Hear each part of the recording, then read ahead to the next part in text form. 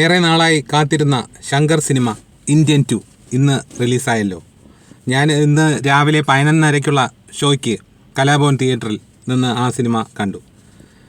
Indian 2 കുറിച്ച് പറയുകയാണെങ്കിൽ ശങ്കറിൻ്റെ ഒരു ടിപ്പിക്കൽ ശങ്കർ ടച്ചുള്ള ഒരു സിനിമ. പിന്നെ ഈ സിനിമയിൽ ശങ്കർ തുടക്കം മുതൽ തന്നെ ഒടുക്കം വരെ പറഞ്ഞു പോകുന്നത് ഈ സമൂഹത്തിൽ നടക്കുന്ന ഈ കൊള്ളരുതായ്മകളും കറപ്ഷനും ഇങ്ങനെയൊക്കെ ഉള്ള ഇത് തന്നെയാണ് ശങ്കറിൻ്റെ ആ വ്യൂ. സ്ഥിരമായി നമ്മൾ കാണുന്ന മുതൽവനിലും അന്യനിലും ഒക്കെ കണ്ട ആ ഒരു വ്യൂ തന്നെയാണ് ഈ സിനിമയിലും നിറഞ്ഞു നിൽക്കുന്നത്. പിന്നെ ഉലകനായകൻ കമലഹാസൻ്റെ പെർഫോമൻസിനെ കുറിച്ച് പറയുകയാണെങ്കിൽ അദ്ദേഹം ഈ വേഷപ്പകർച്ചയിൽ ഇന്ത്യയിലെ ഏത് നടന്മാരെക്കാളും ഒരുപടി മുന്നിലാണെന്നുള്ള കാര്യം ഞാൻ പ്രത്യേകം പറയേണ്ട ആവശ്യമില്ലല്ലോ.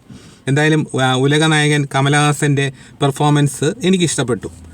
മേക്കപ്പും കാര്യങ്ങളും എല്ലാം കൊള്ളാം. എനിക്ക് തോന്നുന്നത് ശങ്കർ സിനിമ ആകുമ്പോൾ തന്നെ നോർമലി ഈ മേക്കപ്പിനും മറ്റും വിദേശ രാജ്യങ്ങളിൽ നിന്നൊക്കെ ഉള്ള ആർട്ടിസ്റ്റുകളൊക്കെ ആയിരിക്കും വരുന്നത്. അപ്പോൾ ആ ഒരു ലെവൽ കീപ്പ് ചെയ്തിട്ടുണ്ട്.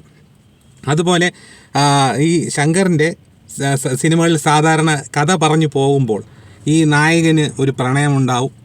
ഈ പ്രണയവുമായി ബന്ധപ്പെട്ട് 4-5 പാട്ടുകളും ഉണ്ടാവും. എന്തായാലും ഈ സിനിമയിൽ ഒരു പ്രണയം എന്ന് പറയാനൊന്നുമില്ല. അവ പ്രണയാധിഷ്ഠിതമായ നിറമുള്ള പാട്ടുകളും ഇല്ല. അപ്പോൾ അത് എനിക്കൊരു ശങ്കർ സിനിമയിൽ നിന്നൊരു വ്യത്യസ്തത പോലെ എനിക്ക് തോന്നി. അതായത് മണിരത്ന സിനിമകളിൽ ഇങ്ങനെ ഒരുപാട് കളർഫുള്ളായിട്ടുള്ള സിനിമകൾ കണ്ടുവന്ന നമുക്ക് ഈ പൊന്നിയിൻ സെൽവനിലേക്ക് എത്തിയപ്പോൾ മണിരത്നം സ്വപ്പം സ്റ്റൈൽ മാറ്റിയതുപോലെ തോന്നിയില്ലേ? അതുപോലെ ഒരു സ്റ്റൈൽ മാറ്റൽ എനിക്ക് ശങ്കറിന് ഈ സിനിമയിൽ ഉൾപ്പെടുത്തിയിട്ടുള്ളതായിട്ട് എനിക്ക് തോന്നി. പിന്നെ എനിക്ക് അട്രാക്റ്റീവായിട്ട് തോന്നിയ മറ്റൊരു കാര്യം, ഇപ്പോൾ ഈ അനിരുദ്ധിൻ്റെ മ്യൂസിക് സാധാരണ എല്ലാ സിനിമകളിലും ശങ്കറിന് A.R. റഹ്മാനാണ് സംഗീത കൂട്ടുകെട്ട്. ഈ സിനിമയിൽ അനിരുദ്ധാണ് ശങ്കറിൻ്റെ സംഗീത സംവിധായകനായി വന്നിരിക്കുന്നത്. അനിരുദ്ധ് മറ്റു സിനിമകളിലെ ബാക്ക്ഗ്രൗണ്ട് സ്കോർ ചെയ്തിരിക്കുന്നത് പോലെ, അതായത് ഇപ്പോൾ ജയിലറിലൊക്കെ ബാക്ക്ഗ്രൗണ്ട് ആപ്റ്റായിട്ടുള്ള ബാക്ക്ഗ്രൗണ്ട് സ്കോറായിട്ട് എനിക്ക് തോന്നി. അത് അതിൻ്റെ അപ്പുറത്തേക്ക് നമുക്ക് ചിന്തിക്കാൻ പറ്റാത്ത തരത്തിലുള്ള ബാക്ക്ഗ്രൗണ്ട് സ്കോറായിരുന്നു ജയിലറിലൊക്കെ. അതുപോലെ ജവാനും ഓക്കെയാണ്. പക്ഷേ ഈ സിനിമയിൽ ശങ്കറും ഈ അനിരുദ്ധുമായിട്ടുള്ള ആ ഒരു സിങ്ക് എത്രത്തോളം ശക്തിയുള്ളതായിരുന്നു എന്നുള്ളത് എനിക്ക് ചിന്തിക്കേണ്ടിയിരിക്കുന്നു. കാര്യം അനിരുദ്ധ് ആറ്റ്ലിയായിട്ടൊക്കെ ഉള്ള പടങ്ങൾ ചെയ്യുമ്പോൾ ഉള്ള ആ ഒരു ഫുൾ കപ്പാസിറ്റിയിൽ മ്യൂസിക് ഇതിൽ ചെയ്തിട്ടുണ്ടോ എന്നുള്ള കാര്യത്തിൽ എനിക്കൊരു സംശയമുണ്ട്. അതെനിക്ക് ബാക്ക്ഗ്രൗണ്ട് സ്കോറിലായാലും പലപ്പോഴും ഞാൻ ചിന്തിച്ചു, ഈ സീനൊക്കെ A.R. റഹ്മാനായിരുന്നെങ്കിൽ എങ്ങനെ ഇരുന്നേനെ സംഗീതം എന്ന്. എങ്കിലും ഞാൻ മോശം പറയുന്നില്ല. ഞാൻ ഒരു അനിരുദ്ധിൻ്റെ ഒരു സംഗീത ഫാൻ കൂടി ആയതുകൊണ്ട് ഞാൻ എന്തായാലും കുറ്റമൊന്നും ഞാൻ പറയുന്നില്ല.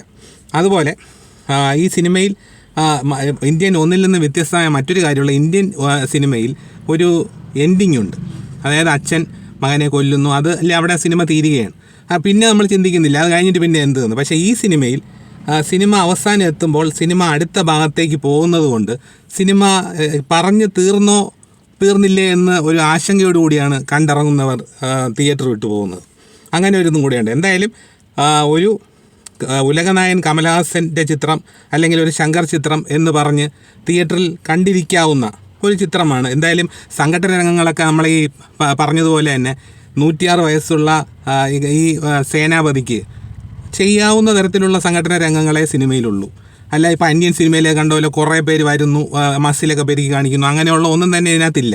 അപ്പോൾ നമുക്ക് ചിന്തിക്കാവുന്ന തരത്തിലുള്ള സേനാപതിക്ക് എന്ത് ചെയ്യാൻ പറ്റും, ആ പ്രവൃത്തി മാത്രമേ ഈ സിനിമയിൽ സംഘടന രംഗങ്ങളായിട്ടുള്ളൂ. അപ്പോൾ അതിൽ നമുക്ക് 106 വയസ്സിനെ കുറിച്ച് പറഞ്ഞിട്ട് ഒരു കാര്യമില്ല.